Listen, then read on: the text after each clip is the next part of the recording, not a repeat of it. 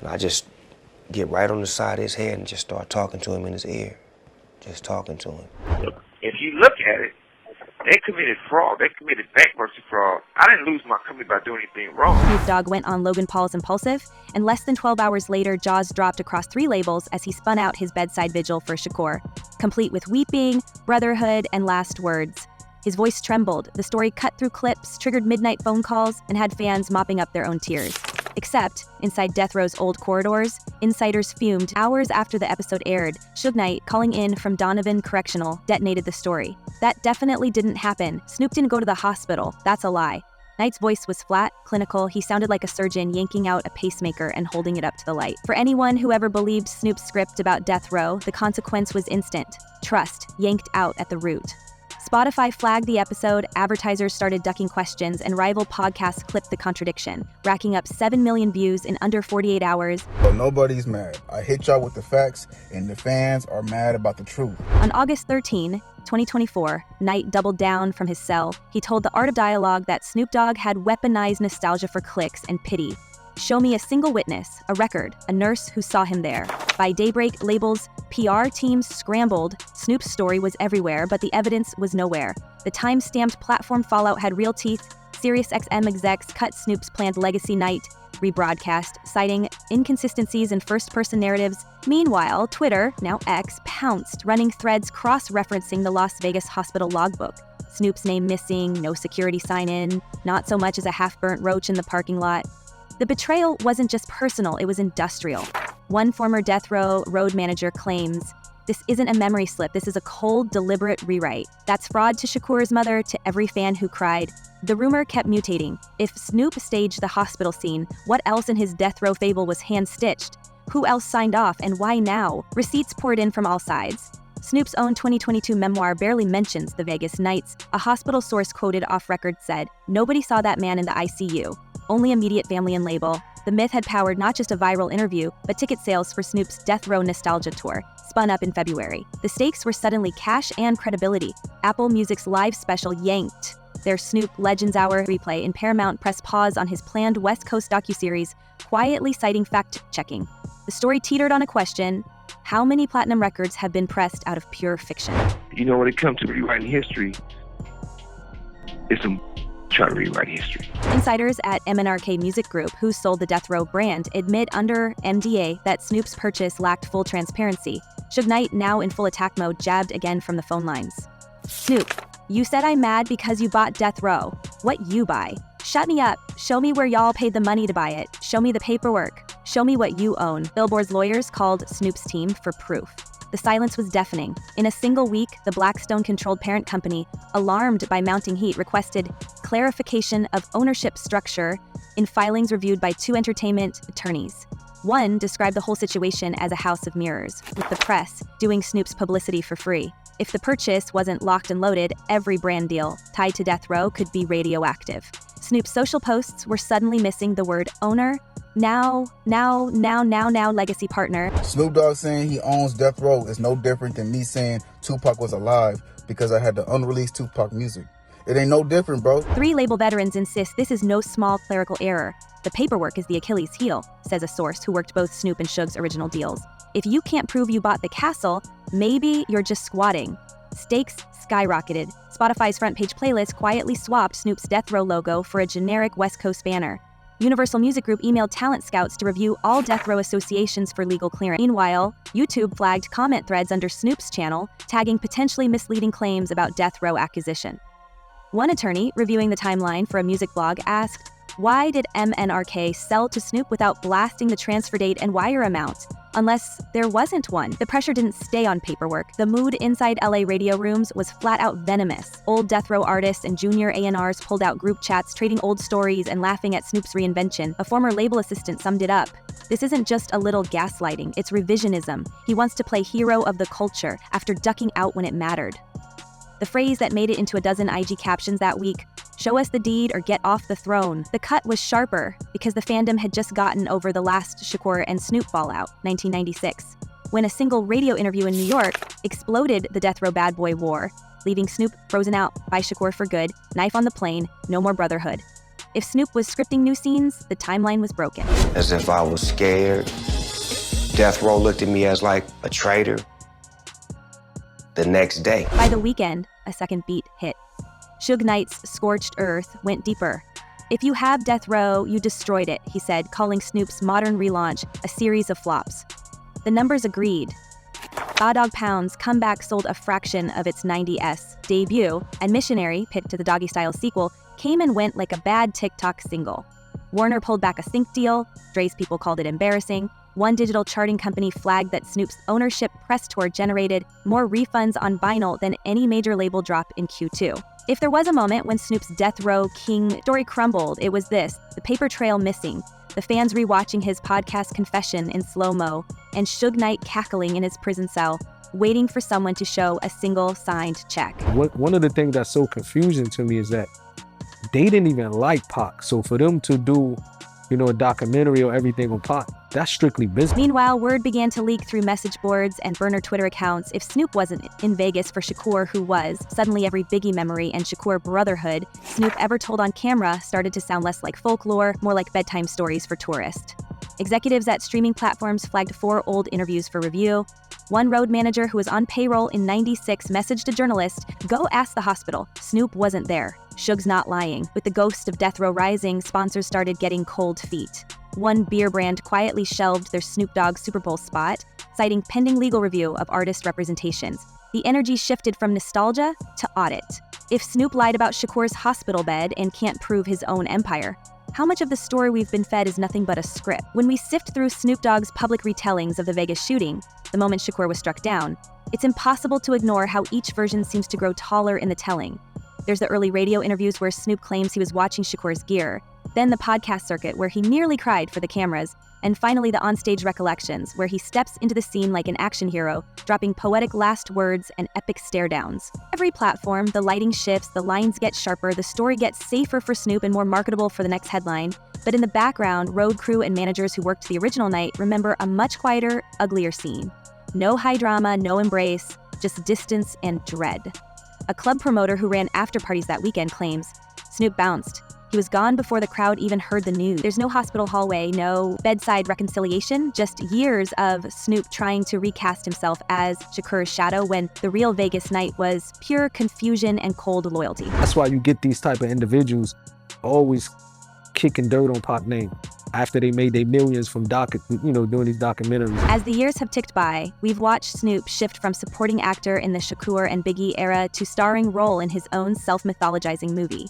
The more interviews, the more creative control. It's like he wants to direct the audience's memory, not just share it. A Death Row archivist who cataloged media from the 1999s to today insists every retelling adds a new scene. Sometimes he's crying, sometimes he's holding Shakur's hand, sometimes he's the only voice left in the room. But check the records. Those rooms didn't have Snoop in them. The contrast couldn't be more striking. While former label mates and security staff tell stripped-down stories, awkward silences, private anger, old resentments, Snoop's narrative gets glossier with every fresh project launch or streaming exclusive.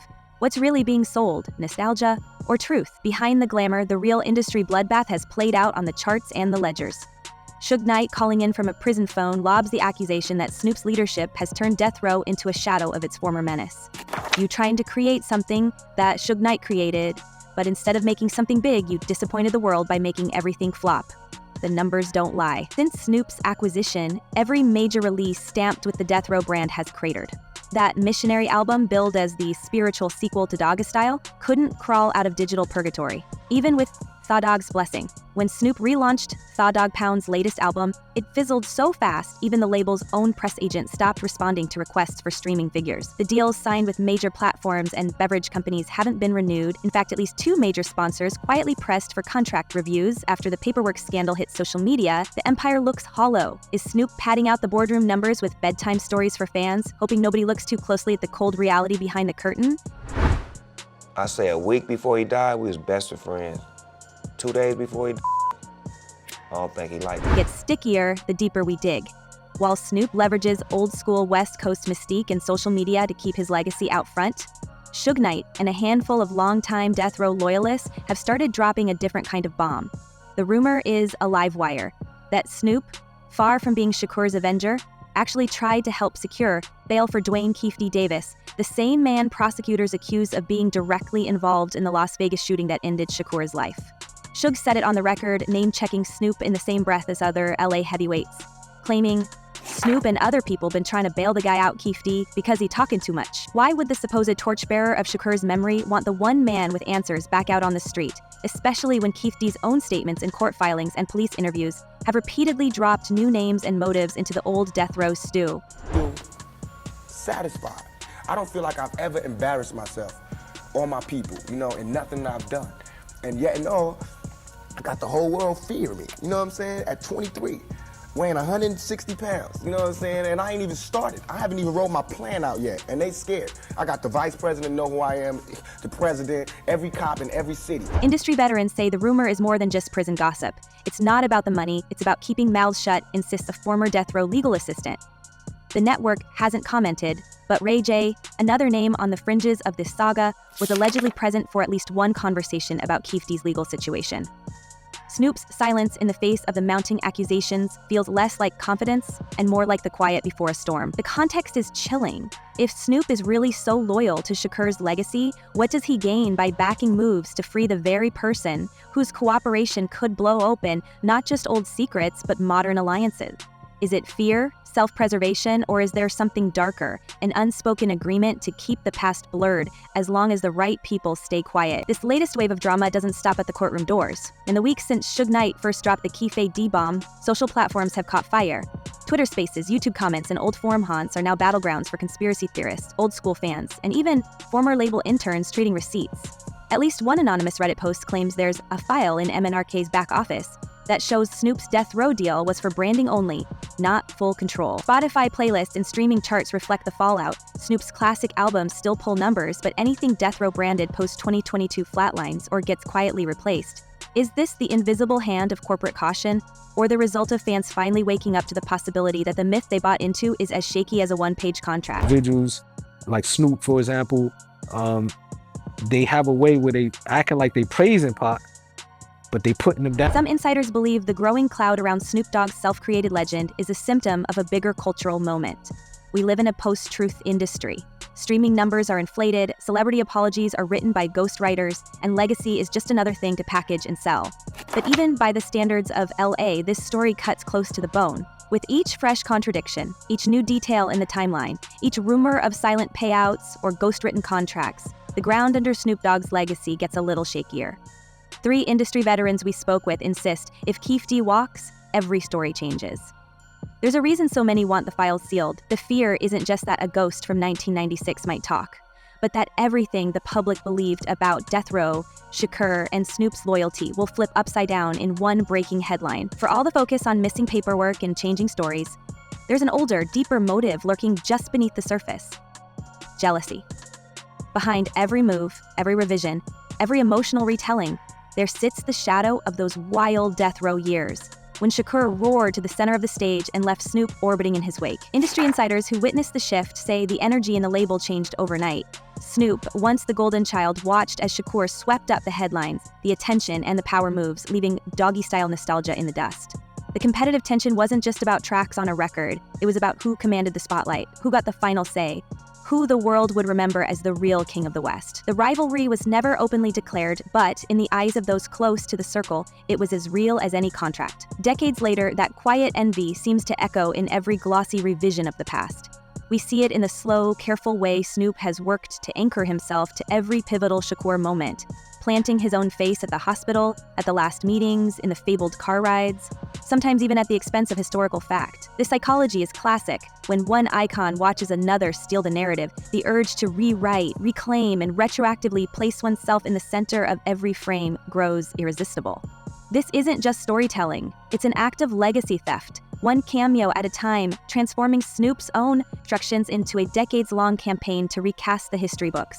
By the time new generations scroll through interviews and documentaries, Shakur's triumph starts to look suspiciously like a buddy story, with Snoop always within arm's reach. Boom, it's all over, and we can see, how this shit fall, but that's how it is. And the reason being is because if I can't live free, if I can't live with the same respect as the next man, I don't want to be here. Because God has cursed me to see what life should. The emotional stakes are bigger than music sales or chart placements. If jealousy truly fueled the decades of revision and the relentless push to outshine Shakur's memory, then the entire Snoop Dogg saga starts to read like a vendetta in slow motion. It's not just about protecting brand deals or silencing inconvenient witnesses. It's about reclaiming the crown, even if the world has to forget who wore it first. That lingering bitterness, never fully admitted, always visible in the margins, turns every myth, every hospital story, every death row revival project into a kind of revenge. In the end, what looks like nostalgia might really be the longest-running rivalry the West Coast has ever seen, with the battle for hip-hop's legacy playing out not on wax, but in the shadows of memory itself. With all the backroom maneuvering, one thing is brutally clear. This isn't just about who owns a logo or who gets the best story in a podcast edit. It's about who controls the entire story of West Coast hip-hop, who writes the first page in the next chapter, and who gets to stand on stage, arms crossed, pretending their hands are clean. If Snoop's claims of brotherhood with Shakur were nothing but marketing, if the death row revival is all smoke and mirrors, and if the only real loyalty is to keeping the truth off the record, then what's left for the fans who bought the fairy tale? A former death row engineer who watched the drama unfold in real time put it this way: "It's not the old days anymore. Everybody's got a camera.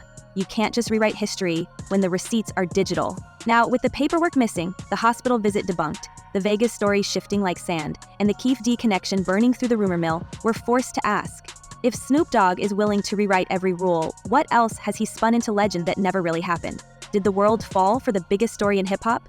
One man's lifelong act? Tell us below, do you believe Snoop's loyalty to Shakur? Or is this just the slickest cover-up the industry's ever seen? Drop your wildest theories in the comments, and if you think you've heard it all, buckle up, because in hip-hop, the real story is always the one they're most afraid to tell. Stay sharp, stay skeptical, and we'll see you on the other side of the next bombshell.